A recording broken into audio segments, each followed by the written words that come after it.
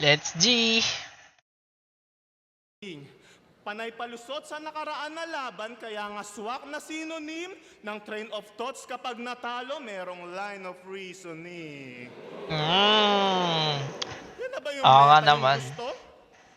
Napansin ko din yun. Laban niya kay Plaridel. Talagang may ano siya. Sakit pa yung pagkatalo niya kay Lip. Inano na lang kay Plaridel yung line mocking.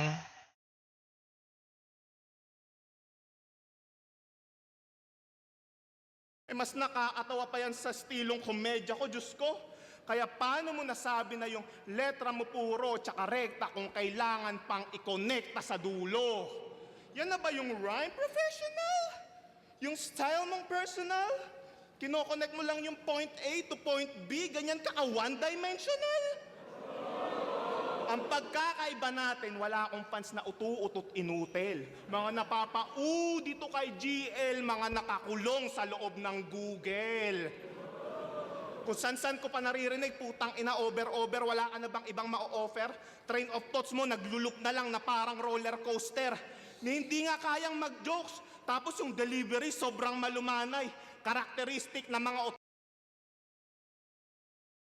kayang mag-jokes, tapos yung delivery pa naririnig, putang ina, over-over, wala ka na bang ibang ma-offer? Train of thoughts mo, nagluluk na lang na parang roller coaster. Ni hindi nga kayang mag-jokes, tapos yung delivery sobrang malumanay. Karakteristik ng mga autistic, kaya lang mag-focus sa isang bagay. Kumbaga, upgraded lazy writing kung ibe-base sa observation. Tunog malakas lang sa madla dahil sa words association. Tamang collect lang siya ng facts gamit yung style niyang correlation. Sa kaka-connect the dots mo, ako yung nabuo mong constellation. Di ba galing ka na sa hinaharap para lahat i-reassure at nagpunta rin sa nakaraan? Lapit kasi ni EJ Power. Nagmumukha niyang tanga yung something na maganda na. Diba? Kaso labas ay premature. Dumaan na yung Hulyo, Agosto, Setyembre, naghahanap pa rin ng cure. Pues wala nang talab yung space at time pagkatapos na 3-month rule. Kaya pala bigay todo siya sa laban sa bawat pagkakataon. Kasi di na umaayon sa kanya yung umaandar na panahon. Ngayon napagtanto ko na kung ba't saang-saang timeline ka tumatalon-talon. Kasi hinahanap mo pa rin yung era kung saan ka magkakampyon. Hawakan mo yung remote para kontrolado mo yung alon. Kung di mo hawakan mo yung remote para kontrolado mo yung alon. Kahit stop o pause mo yan, tuloy lang yan, parang padayon. Kung di mo magustuhan yung resulta sa pag-rewind mo sa kahapon, i-fast forward mo nang malaman mo na undercard ka na lang sa ahon. Kaya ang pinaka nakakalito, nakatanungan sa kanya, anong taon ka nga ba magkakampyon o magkakampyon ka nga ba talaga?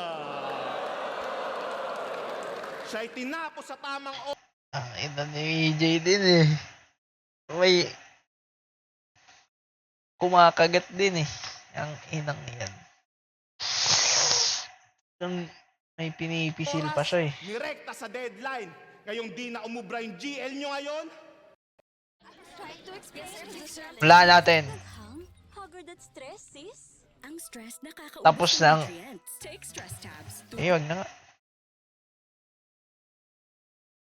Better luck next time. Time pa rin yung huli niya. Malupit talagang. Round 2. Kahit ganun, GL ako dito pero. Kasi may ano eh. Parehas naman sila ng oras, 4 minutes. So, pag ganun, hindi ko na yun inaano. Pero hindi naman ako judge eh.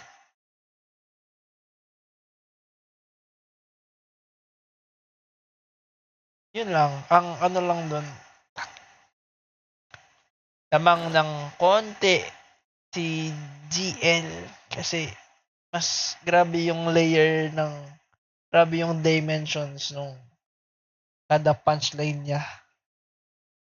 Kahit medyo na gumagano na umaangat na takas. mabagsak pa rin na malupit. Talagang damn, bro.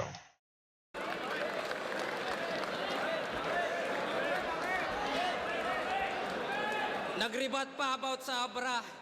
Talagang napakabobo. Kung ako yung kinall out, ikaw napasubo. Tangin. Yo!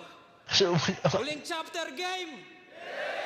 Yung taon ay 2023, nasan siya? Bumatil yan sa California o international scene at nag-Spanish yan sa verse niya at ito aking napansin. Di yan fluent sa Spanish pero may Espanyol sa kanyang sulat. Di yan fluent sa Bisaya pero nagbisaya doon sa gubat, di ba? So MC Spano, may translator, interpreter? Well, either or. Kasi meaning lang, meron kang editor. Tama? Tama, kaya anong territorial expansion? Yun ba yung gusto? May translator kang kasama kung saan mang mundo. Para kumonekta lang sa audience, may ghostwriter, Diyos ko. Walang language barrier kasi tumatagos yung multo.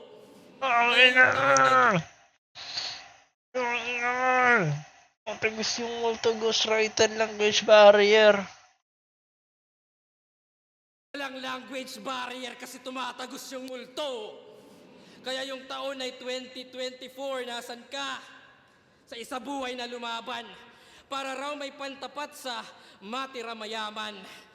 Matira mayaman, yung may nag-back out at binaliktad na boto, yun na ba yung todo? O di mo lang makita, pantapat sa matira mayaman, kaya pala mahina. Oo nga. Mahina ka pala, EJ Power eh. Paano ba yan? Ganyan umanggulo, mga Halatang bias ako kay GL eh. Nagre-react sa mga ano ni EJ. kaya pala mahina. Di ba? Ganyan umanggulo, mga bagong tactic. Di yung si Poison Babaero, si Romano Addict. Si Poison Babaero, si Romano Addict, gasgas na nga sa current, pero di ma-dismiss. He can generate the buzz kasi puro chismis. Yeah. Read the balls, puro chismis. Yes, please! For the typical Pinoy, kaya di natuto, mga issues ginatasan, pamilya Yulo.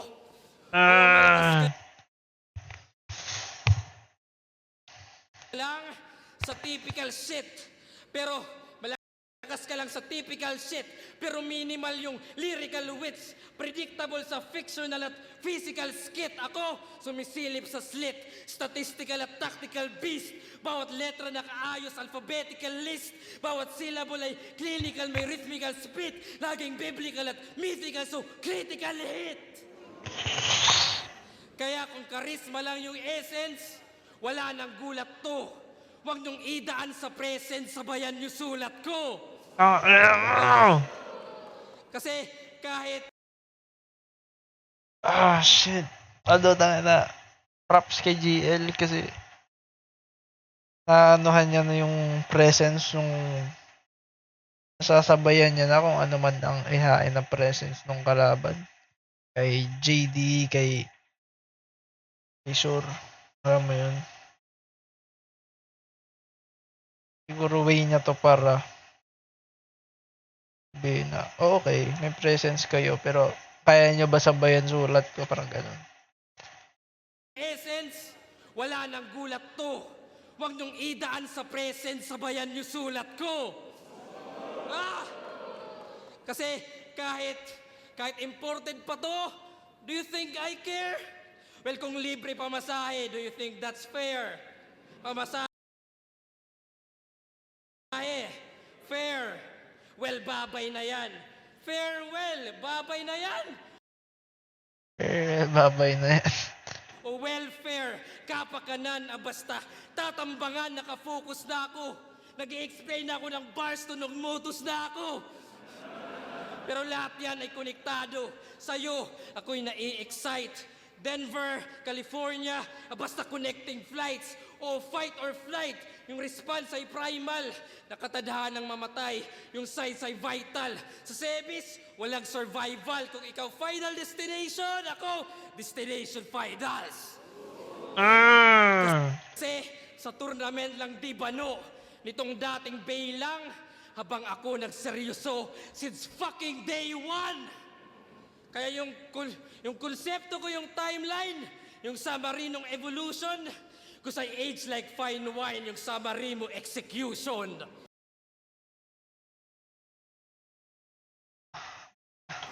Kasi nag-capitalize pa lamang to.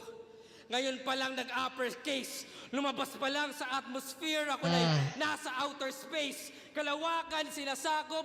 Ikaw bumubuo ng bars. Well, influensya ko'y umaabot sa mga susunod na stars. Oo, ano. Talagang may case siya sabihin yun. Kasi ito, ano. Diba? Ito naman. Kaya kita diferensya. Sa akin higher yung stakes. And I know what it takes. Meron kang room for improvement. Ako, walang room for mistakes. At sakto repin mo Olympus. So Olympian ka ba par? Well, nakatadhana na nga yatang di mo maabot yung bar.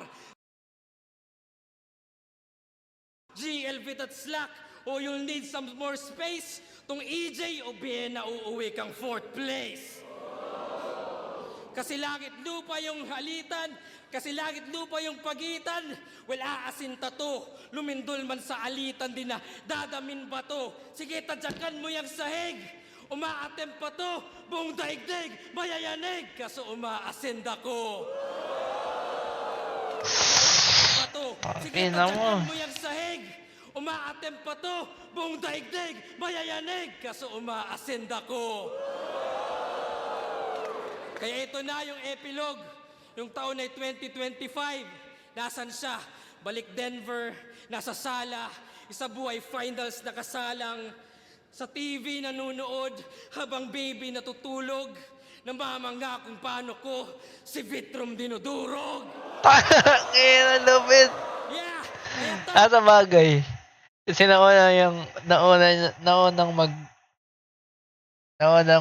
bumatal to sila Vit tsaka Slack. Kaya niya, madali yun. Masama.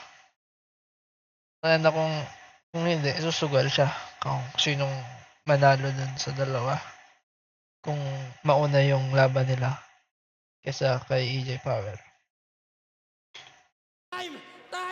Time doesn't matter. Kaya lang. Yeah! Kaya time doesn't matter. Namamanga kung paano ko si Vitrom dinudurog. Yeah! Kaya time Ito si Vitrom sa gilid eh. doesn't matter. Kasi ako ang highest. Wala yung greatest of all time kasi ako ay timeless. Paano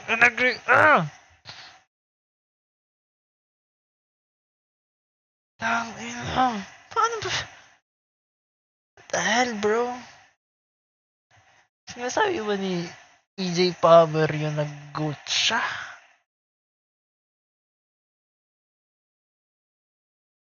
Or... Oo, siguro. Kasi di ko alam eh. Wala akong inaanong sinasabi or dito ko lang narinig. Sinasabi ni EJ Power na goat siya. Sa mga past battles, wala akong maalala. Ang lupit na kung ma-predict nito ni GL, sasabihin niyang go. Tapos, ano ko walang pake sa greatest of all time kasi ako ay timeless. Lupit nun. Kaya Gago. time doesn't matter. Kasi ako ang highest. Wala yung greatest of all time kasi ako ay timeless. Time. Nag-time din siya eh. Gago. Ayan, nag-time din sa uli. Ano yun? Si Tipsy dito ang tuwa eh. Kita mo yun? Si Tipsy di oh. Galit na galit! Galit na galit! Galit na galit! Galit na galit! Galit na galit sa akin to, sukdulan. Paano nung niyanig ko yung buong daigdig? Tangina round 3, uma-ascend talaga. Legit, ang dami ng gusto lang akong maalala, pero react lang ako ng react round 3, ano ba? Kay Vitrom, yung 23.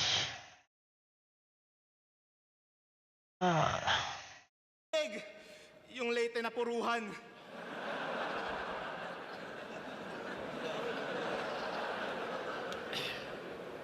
Nagpunta ako sa lugar nila. Kala ko nasa Area 51 ako. Daming lumilipad sa ere. Kala ko mga UFO puta, mga bubungan lang pala sa Leyte.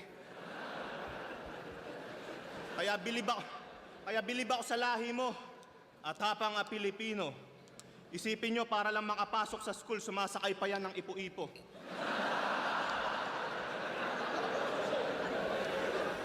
Kaya pala nagtatawag ka ng old gods kasi lagi kayong binabagyo. Summer na summer sa summer, binabaha sa inyo. Kaya ano pang iyayabang sa akin ang putang inang to? Hinaharap mo bagyo? Hinaharap ko snow. Pero gumaganda na yung panahon. Makakabangon na kayo ngayon. Joke lang, ngayon paputok na bulkang mayon.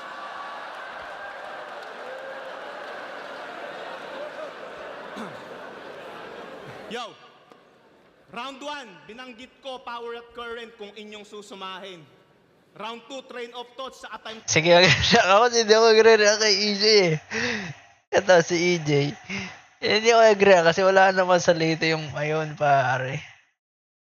Niyabang na nakaka-snow siya. Damn, okay. Pero kung pupuntusan pa ba yung pre? Kayo, puntusan nyo. Yo! Round 1, binanggit ko power at current kung inyong susumahin. Round 2, train of thought sa time travel. Ano, connect na natin? Yes! Mga ulul! Kung tatanggalin ko yung laro sa salita at saka mga konsepto mong alanganin, tingin mo uubra... putang ina mo.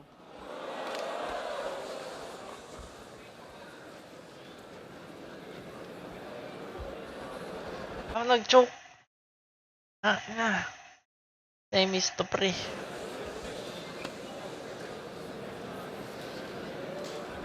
Tanggalin natin yung laro sa salita at saka mga konsepto mong alanganin. Kung di nila sasakyan dun yung delusion mo, tingin mo uubra ka sa akin, Diyos ko, patawarin. Itago mo na lang yung mga bara mong dekalidad.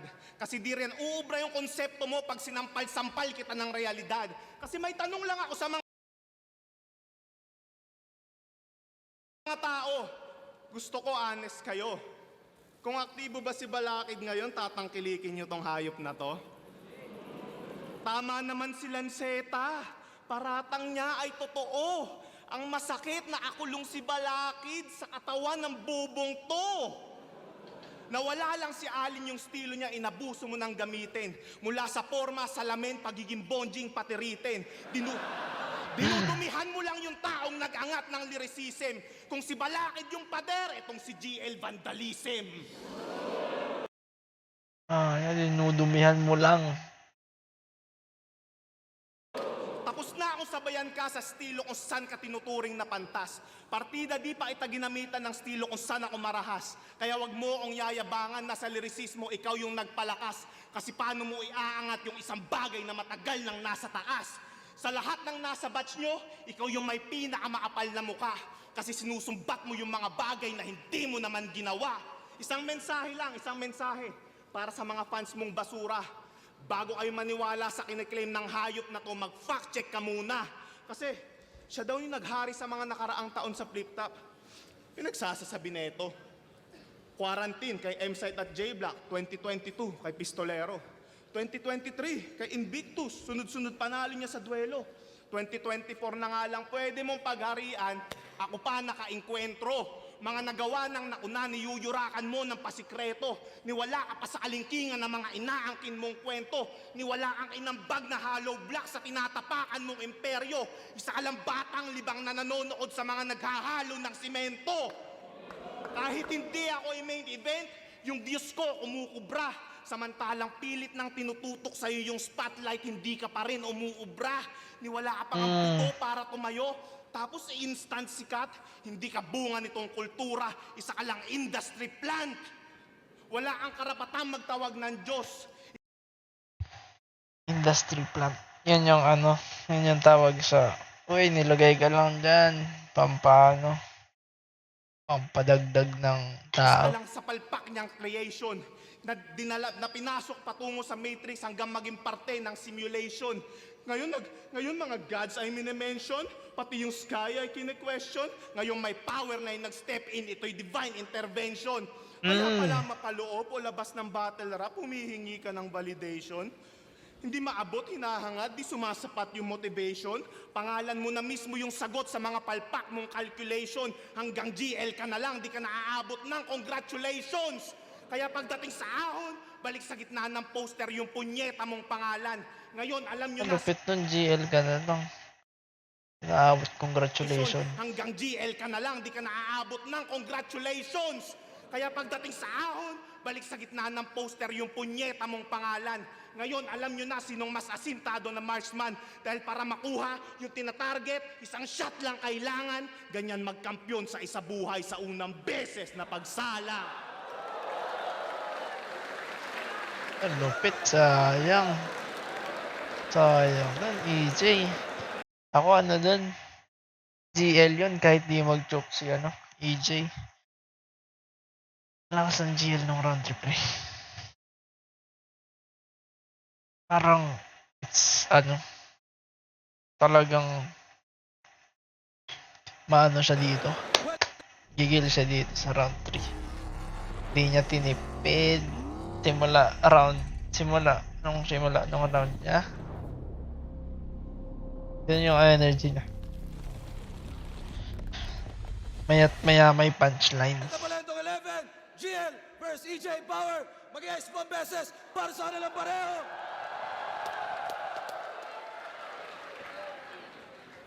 Kaya akong kwenta mag-review pre. Pero, tanga na. Basta, enjoy ko to. Ay. Siguro, tama naman na kapag sinabi ko yun yung mga laban na panalo tayong lahat. Tayo lahat dun. Pero ang boto ng Hurado, 7-0, advancing sa Isabuhay Finals. Magigay para kay GL.